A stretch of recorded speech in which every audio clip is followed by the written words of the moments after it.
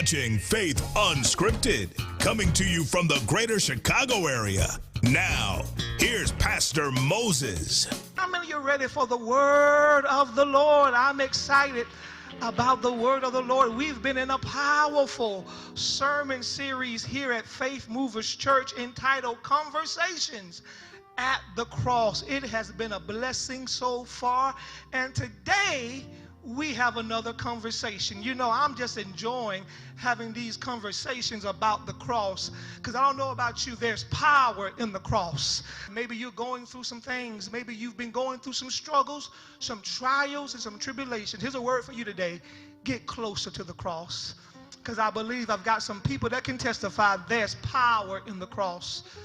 There's peace at the cross. You can experience the presence of the Lord when you get near that cross, and that's what we're going to be talking about today. We're going to be talking about the cross of Jesus Christ. So come on, I want you to go with me now as we continue this series, Conversations at the Cross, as we hear from the redeemed criminal. Be blessed and watch this. What's up, Faith Movers Church?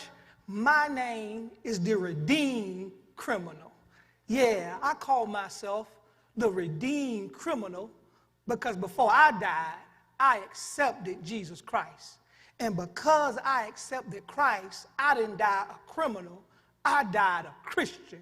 So I call myself the redeemed criminal. Yeah, I like that. You see, I'm here today by invitation of your pastor.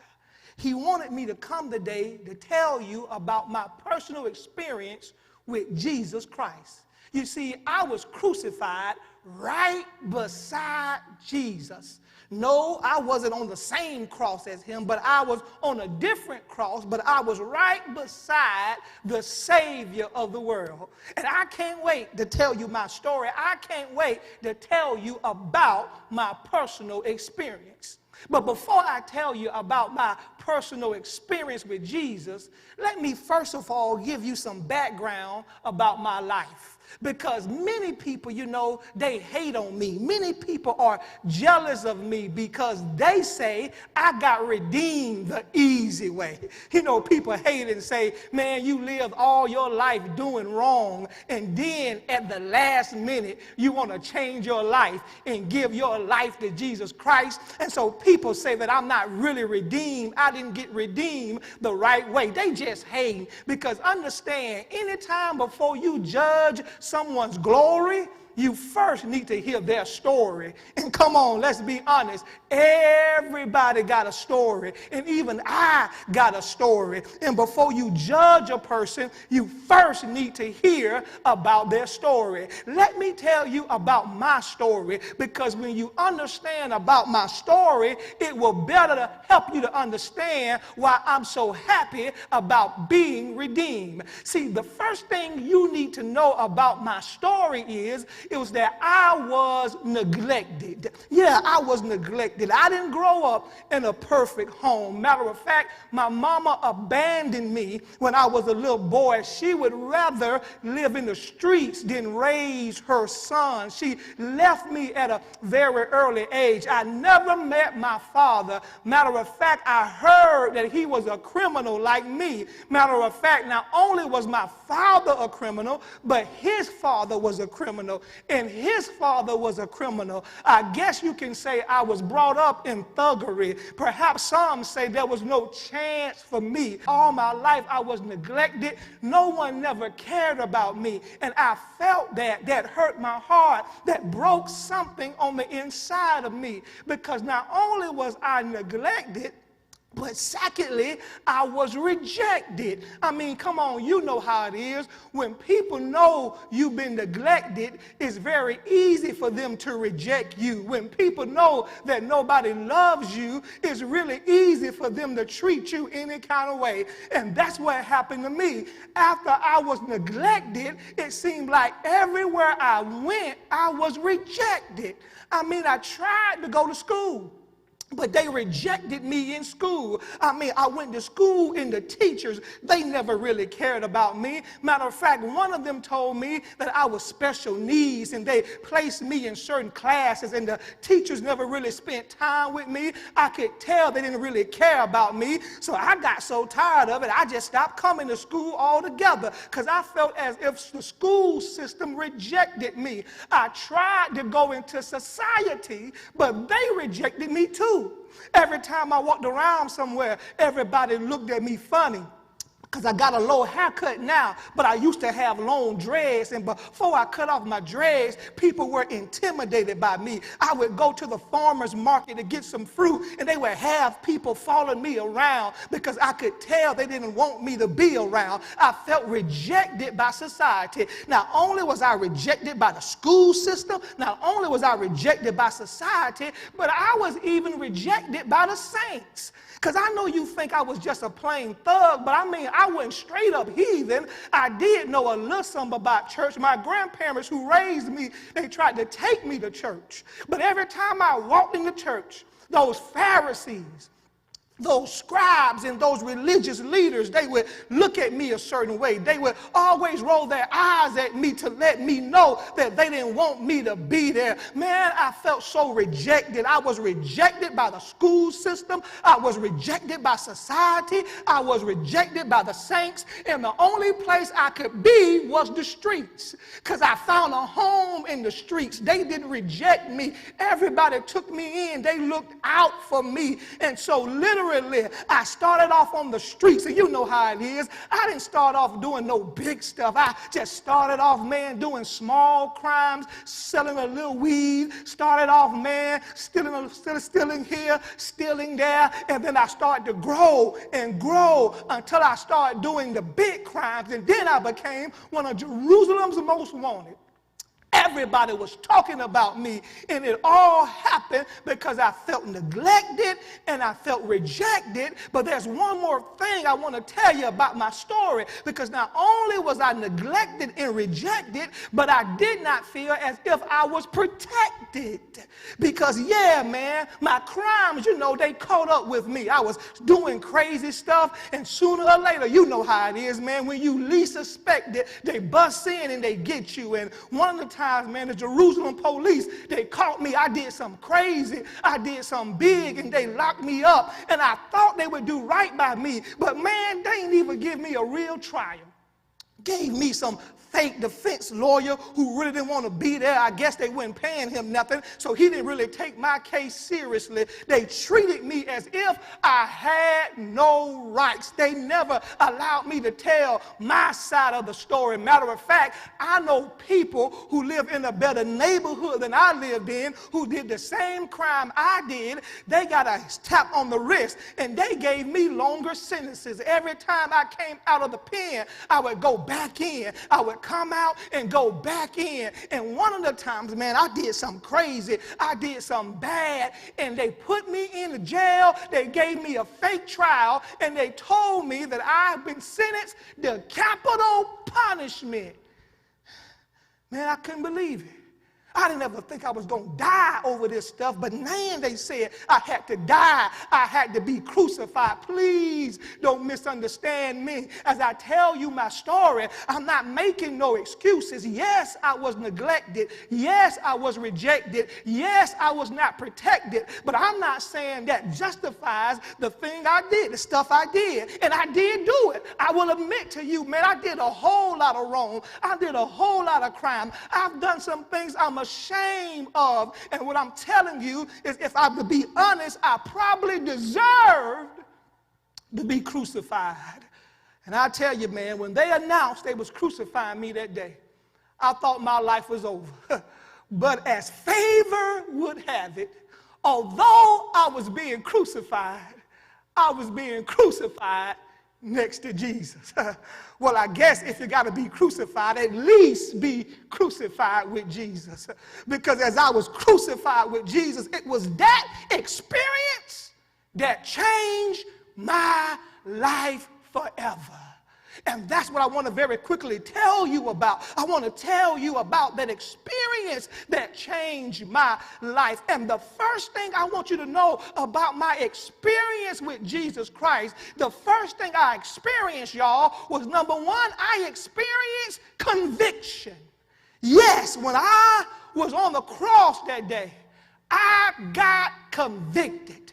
Because while I was on that cross, right beside Jesus, I was really for the first time able to see who I really was, and I was able to see who Jesus really was. Now, once again, I'm telling you, I knew a little about Jesus. I mean, although I live in the streets, even the streets knew about Jesus. I mean, everybody was talking about Jesus. Matter of fact, I had an auntie. She had a blood issue, and she had this blood issue for 12 years, and she had went to every doctor, and nobody could help her. But one day, she had an encounter with Jesus, and she touched the hem of his garment, and she was made whole. I'll never forget when she came home telling me about that story, trying to convert me to be a follower of Jesus, but I guess it wasn't time yet, so I kept on thugging. But on that day, although I knew a little about Jesus, it was something different when I was on the cross beside him.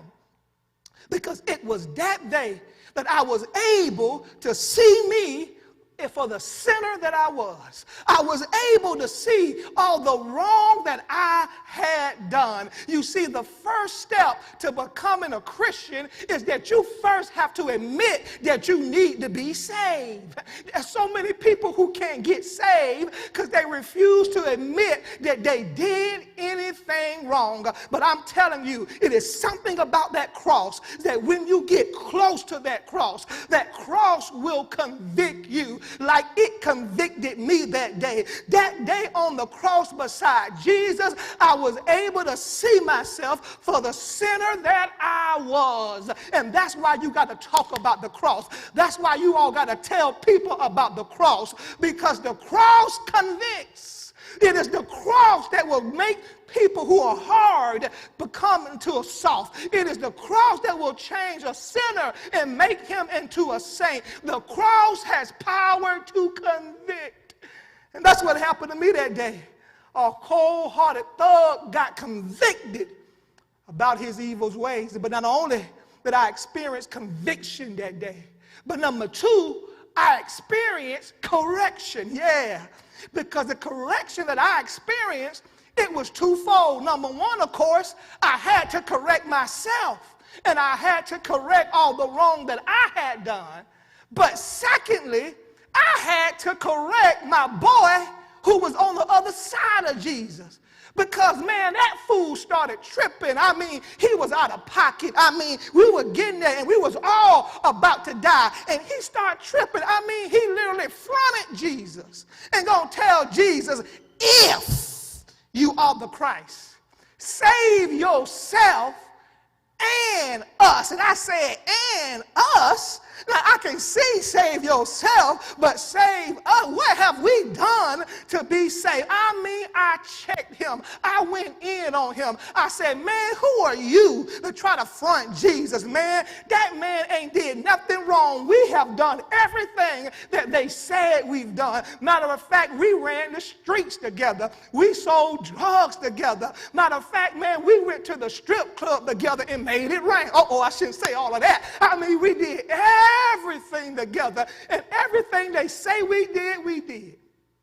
But Jesus, he was an innocent man.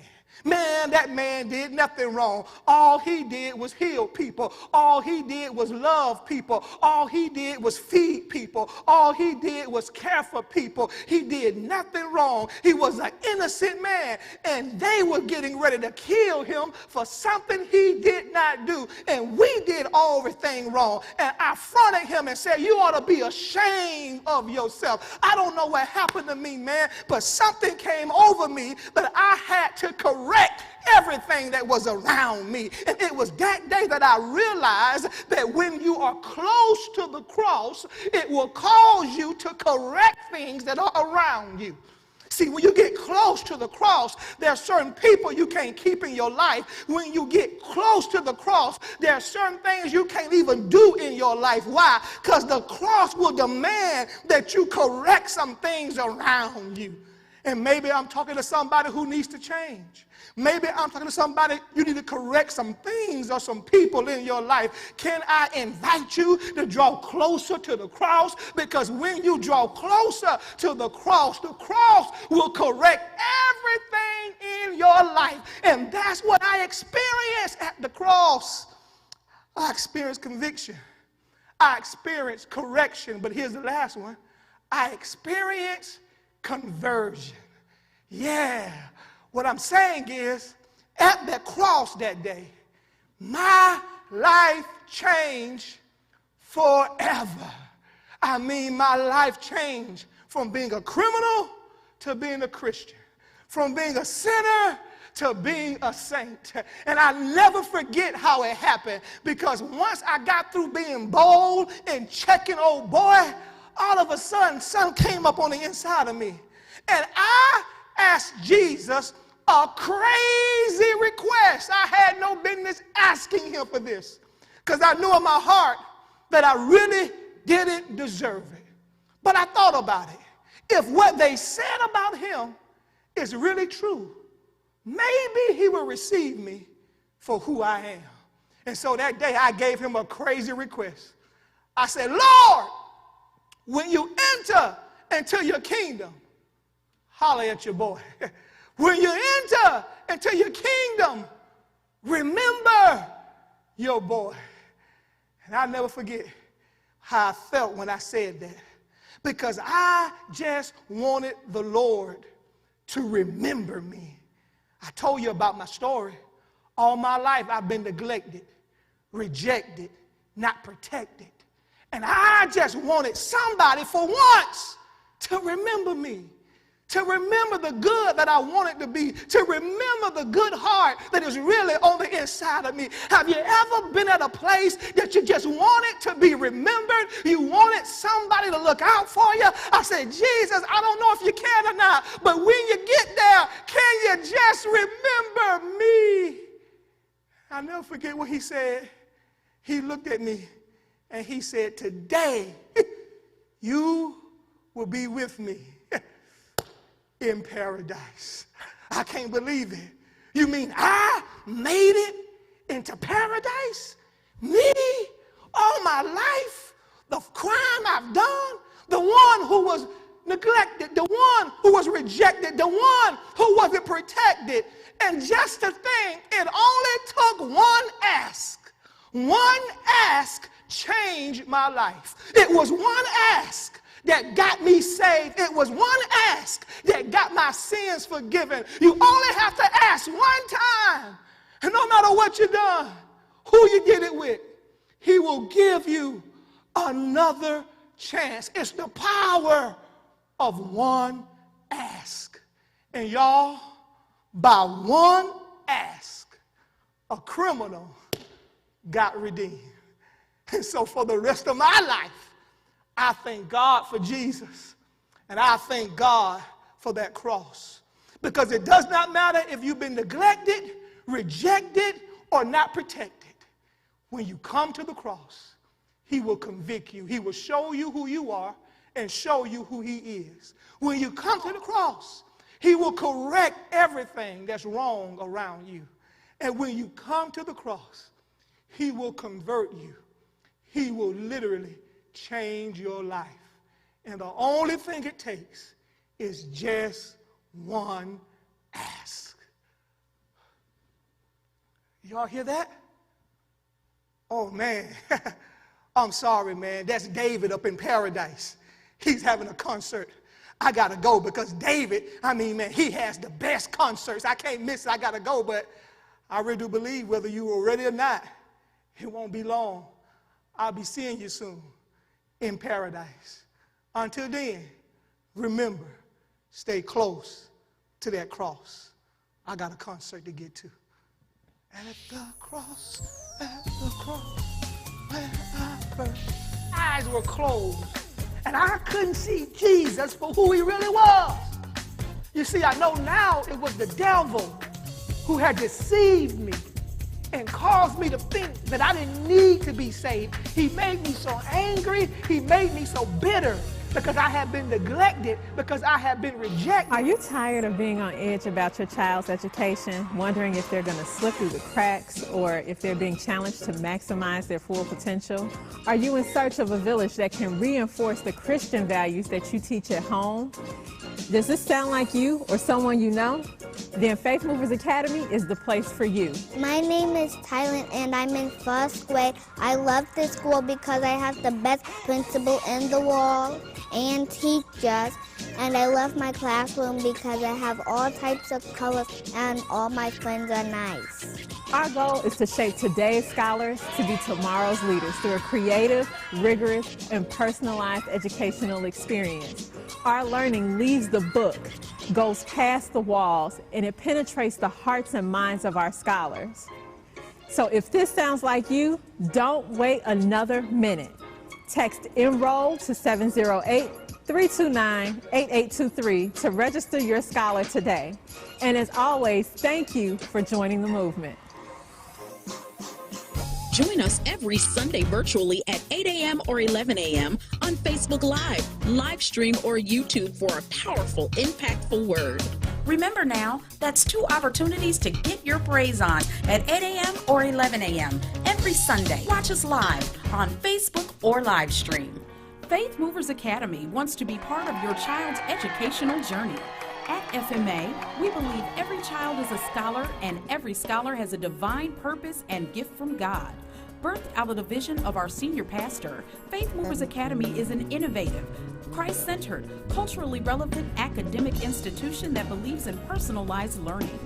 At FMA, we believe in hands-on learning, exploring our world through field trips, and giving each scholar an educational experience tailor-made for their learning style. At FMA, Faith Movers Academy will serve children ages 3 to 4 and offer grades kindergarten through 5th grade. Registration is open. Drop by for a tour or come to one of our many open house opportunities. Support the vision. For more information, go to www.faithmoversacademy.org or call 708-279-1012. Remember, Faith Movers Academy, where we are building faith, developing scholars, and revolutionizing education. Join the movement.